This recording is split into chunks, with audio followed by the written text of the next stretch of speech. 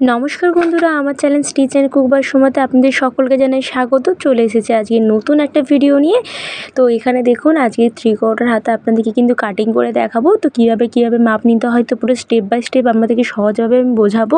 তো আমার চ্যানেলটি যদি নতুন হয়ে থাকেন অবশ্যই চ্যানেলটিকে সাবস্ক্রাইব করে দেবে আরও অনেক ধরনের ভিডিও দেখার জন্য। আর আমার ভিডিও যদি ভালো লেগে থাকে অবশ্যই কিন্তু এটা লাইক করতে ভুলবেন না।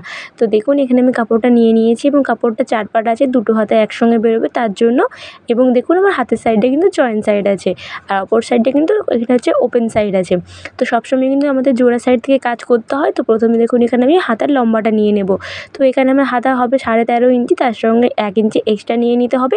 তো আপনাদের যদি যতটা হাতা হবে তার সঙ্গে আপনারা অবশ্যই 1 ইঞ্চি নিয়ে নেবেন এক্সট্রা। তারপরে দেখুন তারই ঠিক নিচে 3.5 আমি একটা দাগ দিয়েছি এবং এই দাগটাকে প্রথমে বাড়িয়ে দিতে হবে। তো আমি এখানে 3.5 ডাউন করছি। তো আপনারা সবাই জানেন হাতায় একটা ডাউন শেপ থাকে তার জন্য। তো আপনারা চাইলে 3 ইঞ্চিতেও করতে পারেন, কোনো ধরনের অসুবিধা নেই। তো আমি এখানে 3.5 করেছি, দাগটাকে বাড়িয়ে দিয়েছি। বাড়িয়ে দেওয়ার পর এখানে আমাদের একটা মাপ নিতে হয়। তো মাপটা হচ্ছে আপনারা যে ব্লাউজ করছেন বা চুড়িদার করছেন বা যেটাই করছেন, তো সেই জিনিসটা কিন্তু নিয়ে নেবেন এবং তার পুট থেকে ছাতির যে মাপটা আছে এই মাপটা পর্যন্ত মেপে নেবেন কতটা হয়েছে, ফিতটাকে এরকমভাবে ক্যারেচি করে। তো দেখুন আমার এখানে যেই মাপটা হয়েছে আমি ফিতেটা ক্যারেচি করে নিয়ে মেপে নিয়েছি এবং যেই মাপটা হয়েছে আমি সেই মাপটা প্রথমে এখানে দেখুন নিয়ে নিচ্ছি।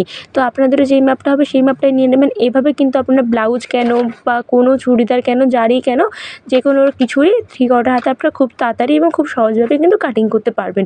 তারপরে দেখুন আরও 1.5 ইঞ্চি এক্সট্রা নিয়ে নিয়েছি, এটা যদি পরে আমাদের কখনও লুজ করতে হয় তার জন্য। এবার ওপর থেকে একটা নিচে আমাদের এখানে দাগ দিতে হবে 6.5 ইঞ্চিতে। তো 6.5টা কেন নিয়েছি, এটা হচ্ছে শর্ট হাতার মাপ। তো তার সঙ্গে 1/2 ইঞ্চি এক্সট্রা দিয়ে দিয়েছি। আর তারপরে দেখুন গ্লাস হাতার যে মাপটা হয় তার সঙ্গে আমরা এখানে 1/2 ইঞ্চি এক্সট্রা দিয়ে দিয়েছি। তো এভাবে করলে কি হাতার ফিটিংসটা কিন্তু খুবই ভালো হয়। এবার দেখুন শর্ট হাতার যে মাপটা ছিল সেখান থেকে তার যে মুহুরিটা ছিল তাকে কিন্তু এখানে হাফ করে নিয়েছি এবং যে মাপটা হয়েছিল সেই মাপটা নিয়ে নিয়েছি। ঠিক সেরকমই গ্লাস হাতাও যেটা ছিল তার যে মুহুরি বেরিয়েছিল তারই কিন্তু আমি এখানে হাফ করে নিয়ে নিয়েছি। তারপর আরও 1.5 ইঞ্চি এক্সট্রা নিয়ে নিয়েছি। তো দেখুন এভাবে কিন্তু আমাদের হাতাটা কাটিং করতে হয়, তাহলে কিন্তু পারফেক্টভাবে একদম হাতা আপনাদের কাটিং হয়ে যাবে। এবার দেখুন সবার নিচে মুহুরির কাছে আমাদের এখানে মাপ নিতে হবে। তো প্রথমে আমি নিলাম লম্বা, তারপরে নিলাম এখানে হচ্ছে শর্ট হাতার মাপ, তারপরে হচ্ছে গ্লাস হাতার মাপ এবং নিচে দেখুন এখানে যে 3/4 হাতা হচ্ছে তার যে মুহুরিটা সেই মাপটা এখানে নিয়ে নিয়েছি, মানে তাকে হাফ করে নিয়েছি। তারপরে যেই মাপটা ছিল সেই মাপটা নিয়ে নেবার পর আরও 1.5 ইঞ্চি অতিরিক্ত নিয়ে নিয়েছি।